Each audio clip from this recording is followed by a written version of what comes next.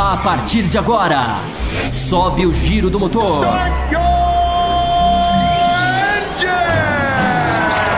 Está começando Café com Velocidade. Opinião e debate sobre o melhor do esporte a motor. Apresentação: Bárbara Franzin, Thiago Raposo, Thiago Rosa e Fábio Campos. Café com Velocidade, o seu podcast semanal de automobilismo. Café com Velocidade.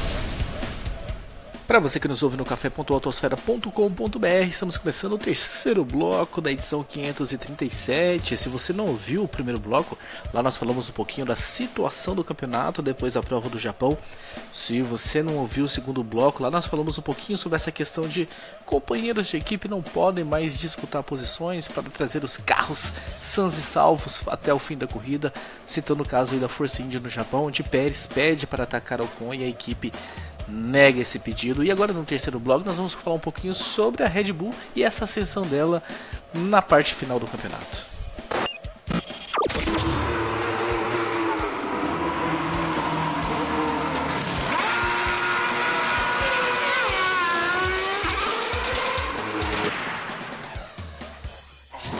Fórmula 1. Chegou a hora da gente falar de Red Bull aqui no programa, porque tivemos aí mais um grande desempenho de seus pilotos, Bárbara Franzin, tanto Max Verstappen no começo e o Ricardo acompanhando. A Red Bull parece que veio para ficar nesse final de campeonato, Bárbara. Então, eu dei uma pinceladinha, né, sobre isso. Se a gente tinha aí uma Ferrari forte que foi decaindo, a gente viu um pouco o oposto com a Red Bull. E eu tô gostando bastante do desempenho deles. Eu acho que o que prejudicou muito, né, esse ano também, a gente não pode deixar de mencionar. Eu sei que às vezes chovendo molhado, mas o Verstappen, né, teve muitos abandonos e isso acabou fazendo com que ele ficasse bem apagado ao longo do campeonato. E é até bacana ver que ele tá conseguindo meio que virar um pouquinho esse jogo. Tudo bem, já tá no final, mas é bem interessante ver que ele tá indo bem e que ele tá também conseguindo ficar à frente do companheiro de equipe, né? O Ricardo, para mim, ele é um excelente piloto. Cada dia ele vem mais forte, assim. É uma dupla das que vale a pena a gente ficar de olho, porque sai muita coisa interessante dali. Mas não tô cravando também que o Verstappen tá na frente, ele é melhor e tudo mais. Não é nada disso. Mas é interessante ver essa disputa interna e ver que tem um clima bom entre eles, né? Estão ali disputando, chegam a brigar em alguns momentos, mas tá tudo certo, assim, porque eu imagino também, né? Não estão disputando título, então as coisas são relativamente mais tranquilas, né? Fazem piada, dão risada, isso e aquilo, mas o que eu sinto, assim, de algumas corridas pra cá é que realmente melhorou o astral na equipe, eles estão conseguindo se encontrar, estão tendo bons resultados, e é o que eu falo, né? Assim, ok agora, mas já tô pensando um pouquinho em 2018, né? Então, será que essas coisas vão se refletir? A gente vai ter muitas mudanças, né, na equipe. Então, eu não sei realmente se vai conseguir se sustentar isso, mas quero que tenha mais uma equipe aí que possa entrar nessa briga pelo título e só que não aconteçam tantos abandonos. Mas é nítido que melhorou e que eles continuem nessa passada até o final da temporada. Eu queria aproveitar esse comentário da Bárbara Franzin e dizer que, Babi, o Verstappen está andando nessa temporada à frente do Ricardo. E aí eu vou basear em classificação, que ele é costumeiramente mais rápido. Verdade. Quando ele teve os abandonos durante a temporada, ele teve, na maioria das provas, ele estava à frente do Ricardo.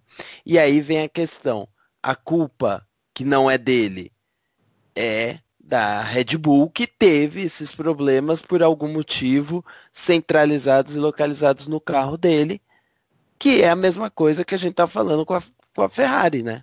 Que a gente pode falar que a Red Bull melhorou tudo, mas a Red Bull correu muito atrás durante a temporada. O projeto dela não nasceu tão eficiente quanto da Ferrari, e agora, a partir das férias de verão, que veio com um desempenho melhor, com alguma coisa ali que eles conseguiram achar e arrumar, que deu essa possibilidade, inclusive, do Verstappen estar numa melhor posição. não reflete tabela de classificação, continuam ainda errando em alguns momentos, só que dessa vez, como ele está se destacando, nas últimas 2 corridas se destacou, a crítica ela abaixa o tom de voz de uma forma, né? Eles pegam e questionam o desempenho dele, só que aí falam, mas teve 3 ou 4 corridas que ele abandonou por toque e tudo mais. Mas se bobear, se eles não conseguem chegar e olhar ali, mas quais foram os eventos que aconteceram, os toques? Foi culpa dele? Foi exatamente um erro de pilotagem dele? Não chegam a questionar isso, a de fato falar, aqui ó, o Verstappen errou, de fato. E isso faz diferença porque mostra também o quanto que essa crítica pesada em cima desse piloto que é espetacular. Olha o que ele fez de novo. Ele pressionou o Hamilton no final. Pode ser que o Hamilton estava andando com vamos dizer, igual a Ferrari, com um cilindro a menos, mas porque ele quis andar com uma rotação, ou a Mercedes quis que ele andasse com uma rotação menor, mas mesmo assim ele ficou em cima e tudo mais, e aí se aproveitou de um período de instabilidade da equipe e conseguiu essa disputa. Isso sem falar que no início da prova, mesmo com o Vettel com um carro menos potente, a forma que ele ultrapassa o Vettel ali na pista, ali na primeira volta, é sensacional. Do mesmo jeito que é sensacional a ultrapassagem do Ocon na largada em cima do Ricardo. Mas é legal demais ver o Verstappen competindo. Então tem todos esses poréns aí para dizer o quanto que está bem ele e o quanto que nesse momento a Red Bull se recuperou do trabalho, né? É impressionante o quanto de talento ela tem em mãos com esses 2 pilotos, mas o Verstappen nesse momento está mostrando e calando a muitos que só olhavam apenas os DNFs, o Did Not Finish, que ele recebia na estatística de corrida. Rosa, e só complementando um pouco do que você disse, eu acho que as pessoas ainda têm muito essa visão de pegar no pé do Verstappen por qualquer coisa. Eu não sei porque se criou essa cultura, mas tem pessoas que ou amam ou odeiam o Verstappen, talvez pela personalidade muito forte que ele tem, de ser um piloto jovem que subiu de uma maneira que muitas pessoas não esperavam, e até eu não esperava, mas eu consegui dar esse braço a torcer de que o menino tem talento, então coloca ele lá mesmo. Então acho que as pessoas sempre encontram algum motivo para colocar a culpa no Verstappen, e até a mídia está mal acostumada nesse sentido. Então, assim, a gente aqui ainda bem consegue analisar nessa ótica de, ele sofreu muitas quebras, a maioria dos problemas não foram culpa dele, e que bom que a gente consegue separar isso, né? Que a gente leva para o nosso ouvinte uma visão que não peguem a birra do piloto, aqui a gente trabalha com um fato. Então ele abandonou essa corrida porque teve um problema no carro, naquela outra ele acabou batendo e fez uma besteira.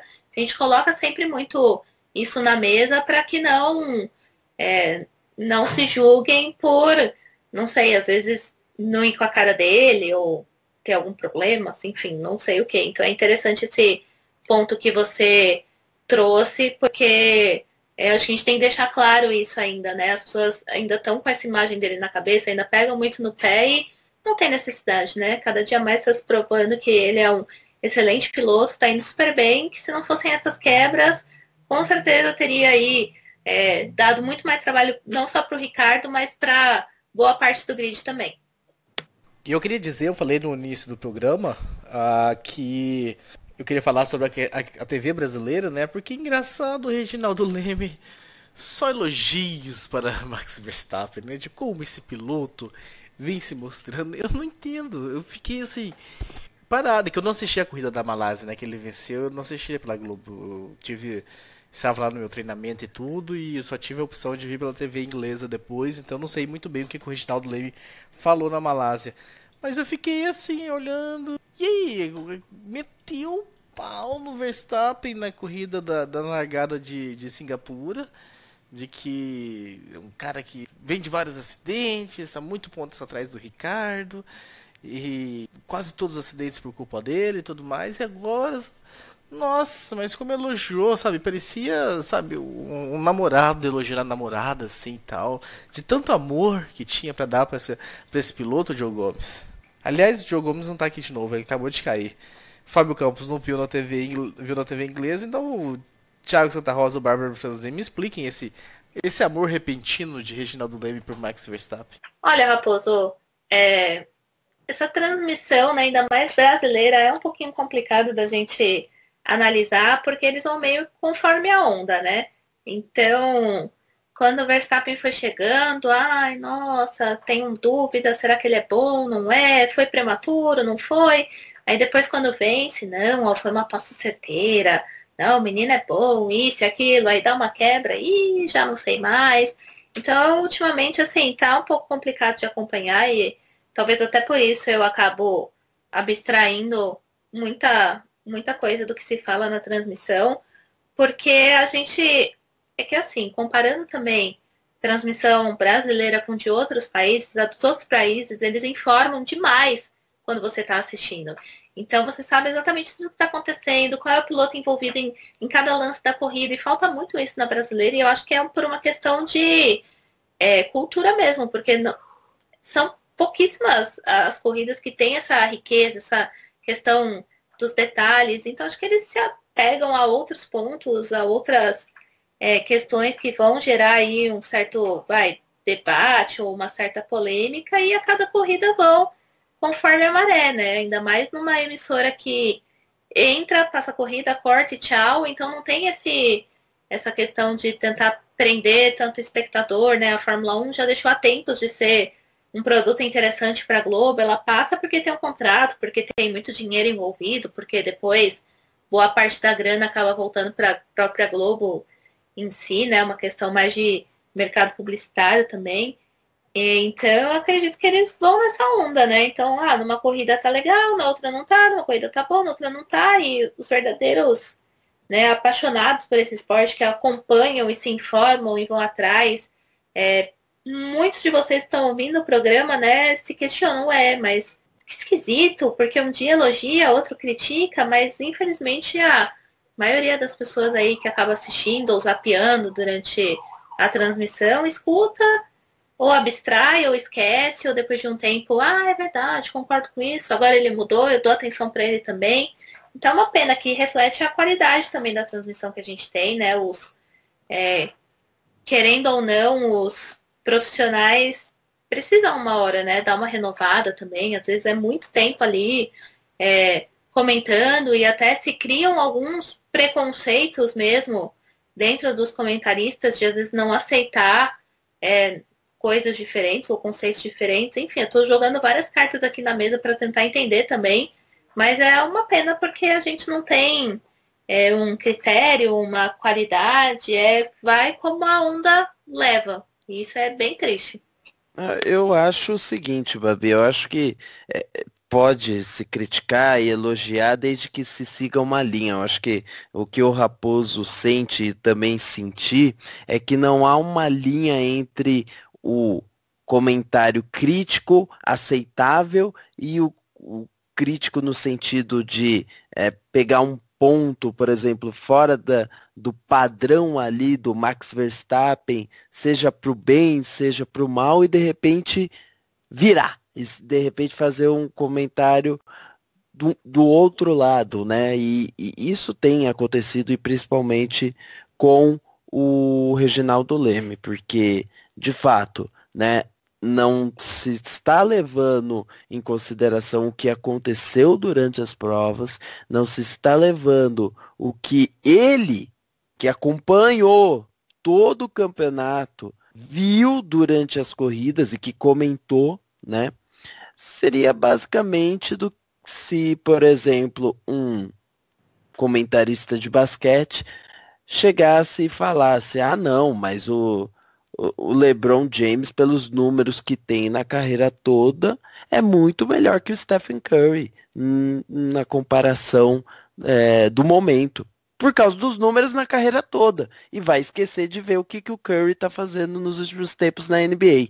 E eu peguei esse exemplo só para Fábio Campos não ficar bravo, que eu uso muito exemplo de futebol, usei um exemplo do melhor esporte do mundo, segundo o que ele acha. Pode fazer sempre, deveria fazer isso mais vezes, inclusive. Exatamente. Aliás, eu gosto bastante Go Lakers, temporada 2017-2018.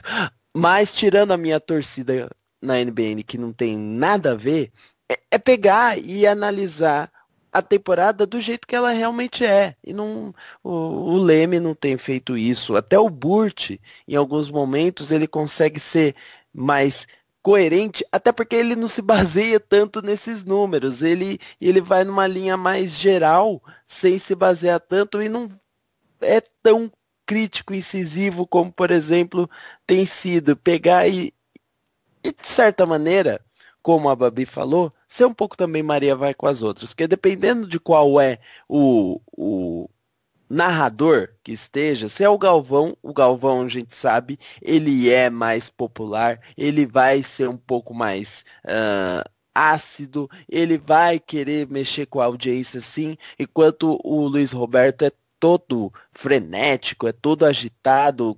É uma outra forma também de tentar estimular a audiência.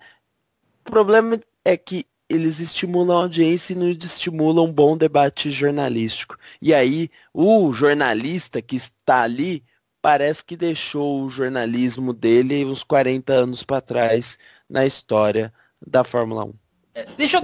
Eu ia ficar calado, mas nesse último segundo eu quis dar um pitaco nessa discussão. Só para deixar... o problema de tudo isso que vocês estão falando, estou ouvindo atentamente o que vocês estão falando, o problema é que nem sabem eles nem percebem que eles falam uma coisa numa prova e outra na outra. Isso é o que mais é o mais escrachado de tudo isso, porque não tem nem o exame de consciência de perceber que falaram uma coisa em uma e outra, como o Raposo apontou. Eu me lembro claramente do Alonso, né? O narrador supremo, no começo da carreira do Alonso, vendia aquela história de que é fácil andar em equipe pequena e é difícil andar em equipe... É fácil andar em equipe pequena, né? A gente viu, né? O Felipe Nasser, como se deu bem na Fórmula 1. É muito fácil andar em equipe pequena. Para ele é fácil. Mas ele vinha com aquele conceito, né? De que o piloto brilha em equipe pequena e quando chega em equipe grande, não é outra... Claro que é outra história, mas ele acha que ali era uma regra. E ele acusava o Alonso disso. E quando o Alonso começou a ganhar, ele jamais percebeu que ele falava isso e virava, tá vendo? Esse sim é um piloto que mostra. Então, assim, é uma coisa tão discrepante, é uma coisa tão. É uma esclerose jornalística tão violenta que eles não percebem que eles falam isso, porque eles não estão nem aí. Eles não competem com ninguém, eles não têm concorrência. Então, para eles, a palavra deles é a última do mundo. E o pior é que para 90% das pessoas. Então, eles não têm a menor vontade de parar numa semana entre corridas e ler sobre a Fórmula 1, e ver sobre estatística, ou ver sobre opiniões de outros. Eles não estão nem aí para isso, porque eles se julgam as grandes rainhas da Inglaterra, e são, o que é mais triste. Então, para eles, a opinião do que eles fazem, como eles não fazem um exame do que eles estão fazendo, uma autoavaliação, e ninguém cobra deles, como é que você vai cobrar de alguém que você paga mais de 300 mil reais para segurar a sua audiência? Tá tudo isso aí, eles sentam em cima e vai-se embora. A última palavra é deles. Eles não estão nem aí de lembrar o que eles falaram, de seguir uma filosofia, de fazer um bom jornalismo. Ainda que se saiba o que eles vão falar, mas pelo menos que eles tenham uma linha a defender, a seguir, a você saber. Eles não estão nem aí. E só fazer um parênteses, o Nico Rosberg foi muito bem nos comentários para a TV inglesa, atento, esperto e o mais impressionante, fazendo perguntas muito melhores do que muito repórter. O cara faz a pergunta com 3 palavras apenas. Eu tenho uma admiração por quem faz isso. É o cara que faz a pergunta com 3 palavras apenas. Numa frase ele faz a pergunta. Ou seja, ele é direto, ele não tenta...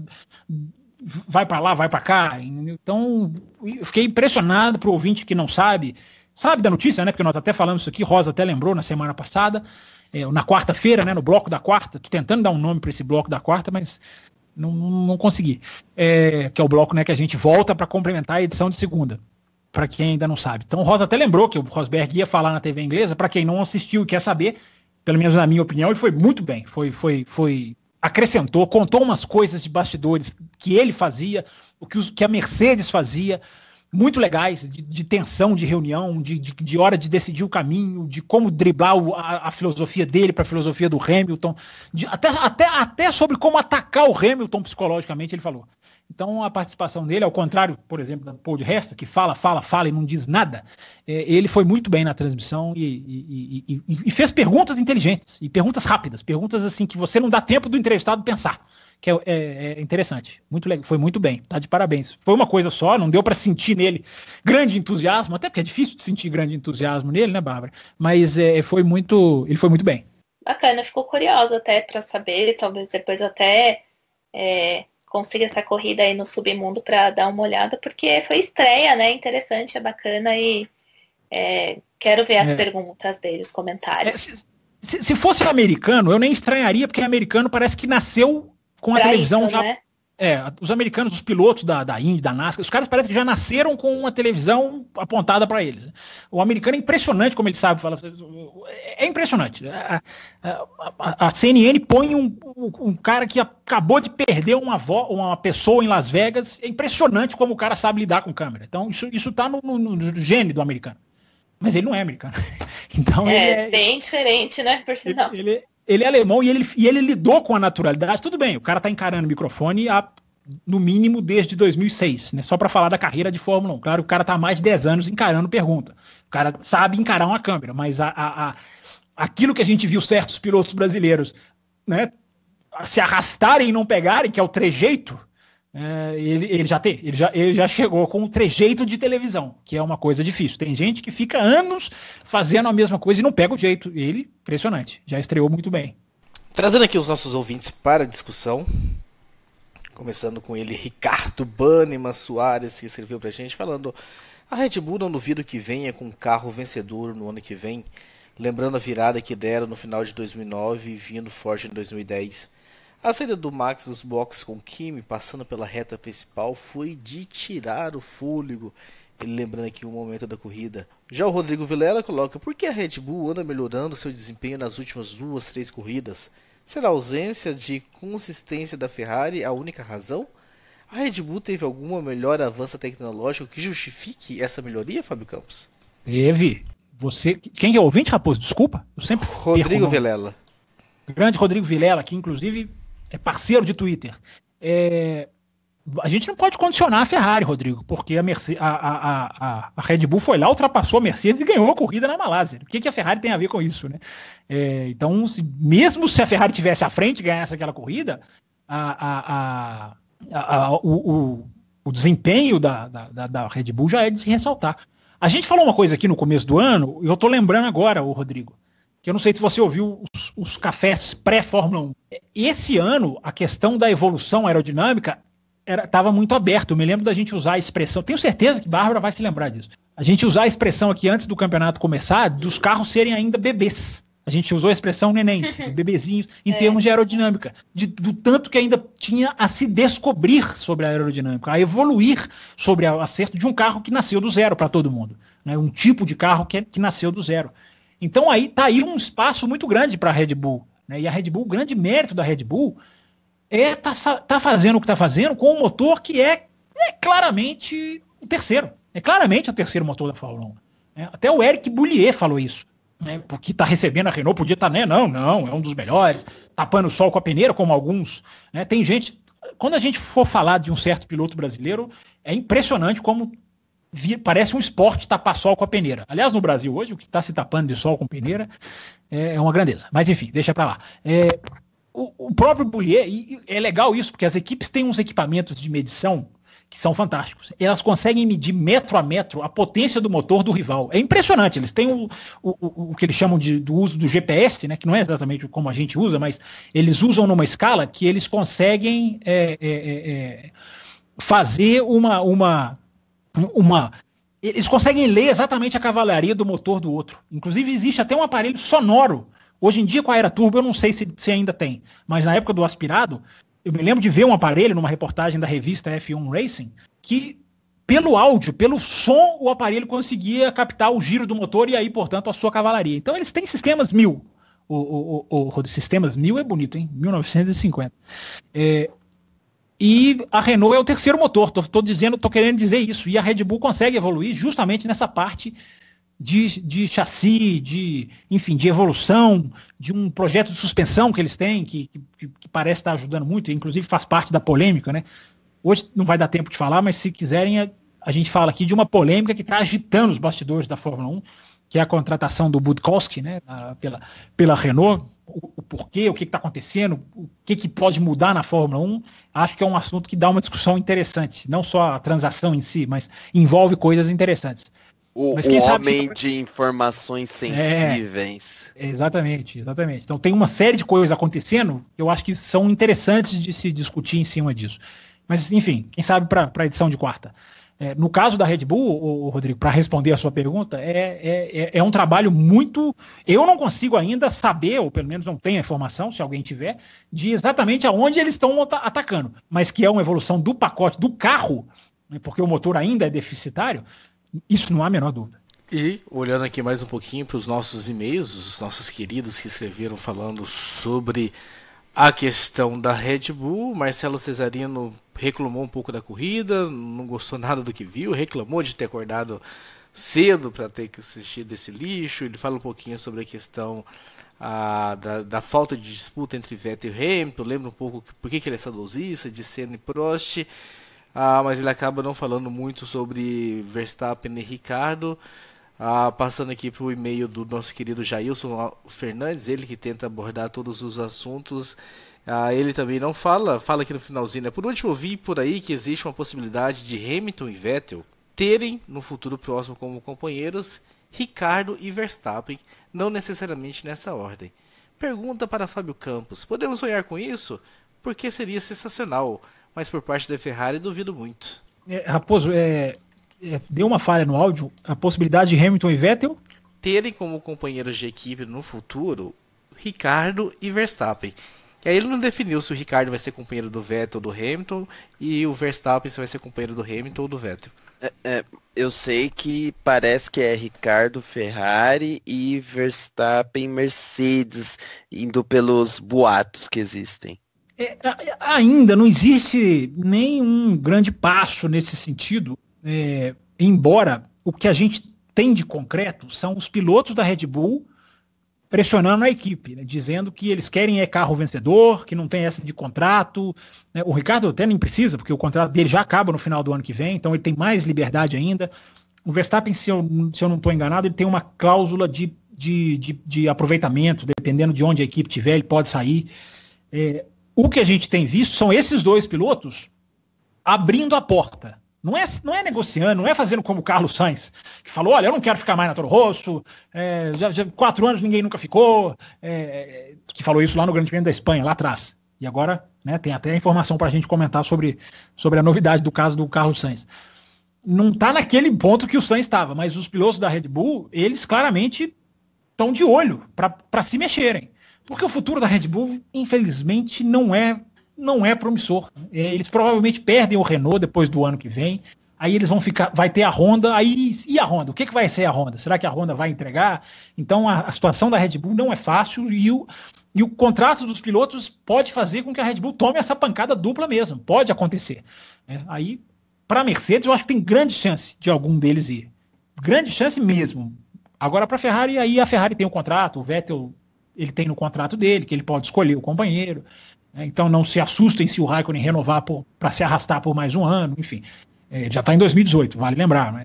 Mas depois disso, nunca se sabe. Então infelizmente existe essa cláusula perversa no contrato do Vettel. Agora, para a Mercedes, os dois são candidatíssimos. Não sei qual está na frente, qual está atrás, mas são candidatíssimos. Eu queria aproveitar um programa onde a pauta estiver mais livre, um próximo programa. Eu queria muito... Apesar de eu não gostar... A quarta-feira, não? É que a quarta-feira não tá livre, né? Porque a gente vai deixar pra quarta-feira... A gente vai deixar pra quarta-feira... A gente não falou muito do Hamilton. Acho que a gente tem que falar um pouquinho mais de Hamilton aqui. A gente não falou muito de Felipe Massa e Fernando Alonso, que a gente vai deixar pra quarta-feira. Aí tem outros assuntos que o pessoal mandou aqui. A saída do Sainz, da Toro Rosso, a despedida do Palmer, todas essas são questões aqui que o pessoal mandou. Então acho que a quarta-feira tá com a agendinha meio carregada aí, Fábio Campos. Mas Um assunto que eu quero falar é um assunto que eu não gosto muito, mas eu acho que pode dar pano pra manga. A gente tentar fazer comparações entre Ricardo e Verstappen. Não necessariamente, o Fábio Campos já falou isso aqui várias vezes e eu assino embaixo. Não necessariamente falar que um piloto é melhor do que o outro, a gente não está falando que o outro é ruim. A gente pode ter dois pilotos excelentes, mas um é excelente, 1,1 e o outro é excelente, 0,0. São dois pilotos excelentes, mas a gente tentar... Que ninguém tem dúvida que é o caso da Red Bull, né? Se alguém falar que um piloto da Red Bull é ruim, tá vendo outro campeonato, não é possível, né? Exatamente. E a gente pode pontuar qualidade de ultrapassagem, a gente pode pontuar leitura de corrida, a gente pode pontuar classificações, etc e tal. É um tema que me agradaria um dia aí para um próximo programa com a Agenda Livre. Comparação entre Verstappen e Ricardo, carreira e tudo mais. Fica aí proposta essa sugestão. E com isso, Fábio Campos e Bárbara Franzin e Thiago Santa Rosa, a gente encerra essa primeira parte do programa que é gravada na segunda-feira.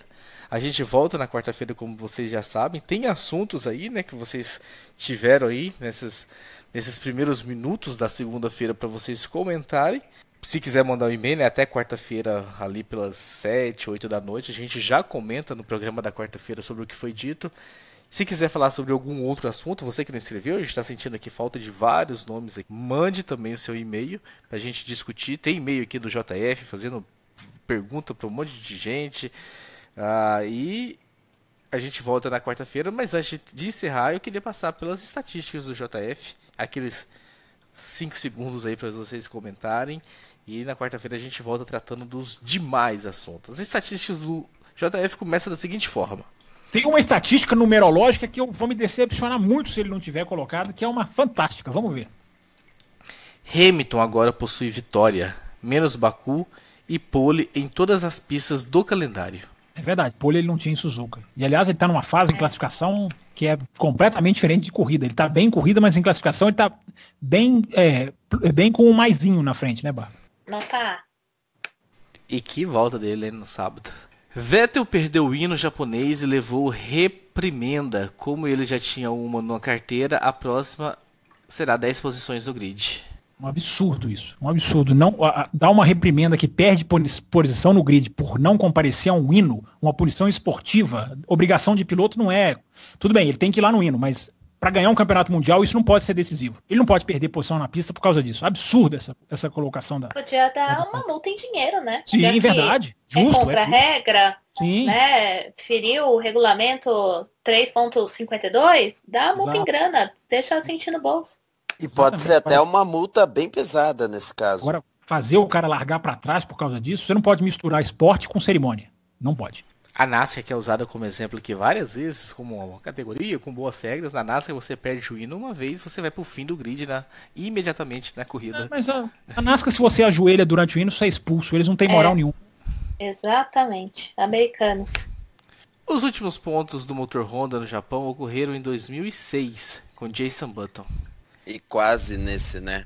Carlos Sainz foi o primeiro piloto a abandonar em Suzuka desde o acidente de 2014 com Bianchi. Gente, essa é bem curiosa, né? Essa é muito curiosa. Quer dizer que 2015, 2016 ninguém abandonou? Exatamente. Tenho certeza que tem gente que vai olhar. Com traiçoeira. Pois é. Essa tá me deixando com o pé atrás da outra. Essa tava no site da Fórmula 1 também. Carlos Sainz deixa Toro Rosso como recordista de pontos pela equipe, com 112. Boa. Nico Hülkenberg marcava pontos por 5 anos consecutivos em Suzuka e agora vai para a Audi, onde não marca há 3 anos. Foi muito mal em Suzuka, há que se colocar. Ele não correu bem. Apesar da estratégia, já apontaram aqui, mas ele não teve ritmo bom. Há que se dizer a verdade dos fatos, diria o outro. Teve probleminha do DRS também, né, que colaborou. Não, pro abandono sim, mas eu digo durante a corrida. Nas últimas 3 corridas, Vettel e Van Dorn marcaram a mesma pontuação, 12, enquanto o Hamilton marcou 68. Que beleza. Que triste fazer isso. Desde a assinatura do novo contrato com a Ferrari, Vettel só liderou 3 voltas. Essa também é triste. O que você quer dizer com isso, JN? Ocon ainda não abandonou na Fórmula 1 e completou sua corrida 25. Agora superou o Chilton. Agora ele divide o recorde com o Max Chilton. Não, ele superou, eu acho. Acho que o Chilton tinha 24, ele passou, né? Não? Enfim, o JF sabe mais do que eu. Mas um pouquinho melhor que o Chilton. Então, exatamente. Não só terminar, mas mandar bem. Como vocês são maldosos. Não, a gente aqui lida com fatos. Mercedes é a primeira equipe a conseguir ao menos 10 vitórias por ano em 4 anos consecutivos. Isso é lamentável, viu, gente? Isso é lamentável. É um assunto para discussões em outro podcast, mas não é legal. Parabéns para a Mercedes, mas não é legal. A pole do Hamilton foi 1 minuto. Essa numérica. Essa que eu tava falando. 1:27:31. A pole do Hamilton foi 1 minuto, 27 segundos e 31 centésimo. E a prova durou 1 hora, 27 minutos e 31 segundos. E faltou só ele falar que 1 mais 27 mais 31 é 59, que é a diferença de pontos dele pro Vettel. Caraca. E sabe que isso significa absolutamente nada.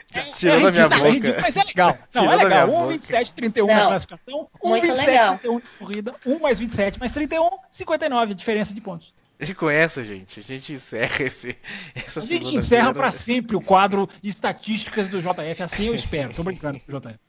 E lembrando que pro programa de quarta-feira tem as enquetes de Thiago Santa Rosa no nosso grupo, onde você vai eleger a decepção, a melhor ultrapassagem, a melhor imagem, o destaque, troféu Fábio Perim do final de semana. Não deixe de votar. Se você ainda não está no nosso, entre lá no Facebook e procure pelo grupo do Café com Velocidade, peça para entrar, a gente aprova rapidamente. Temos vários administradores lá que assim que caia o pedido, vai lá e aprova e tudo mais. E você pode participar também das enquetes. E na quarta-feira, como já foi dito, a gente volta com a gravação parte 2, os assuntos que ficaram aí pendentes.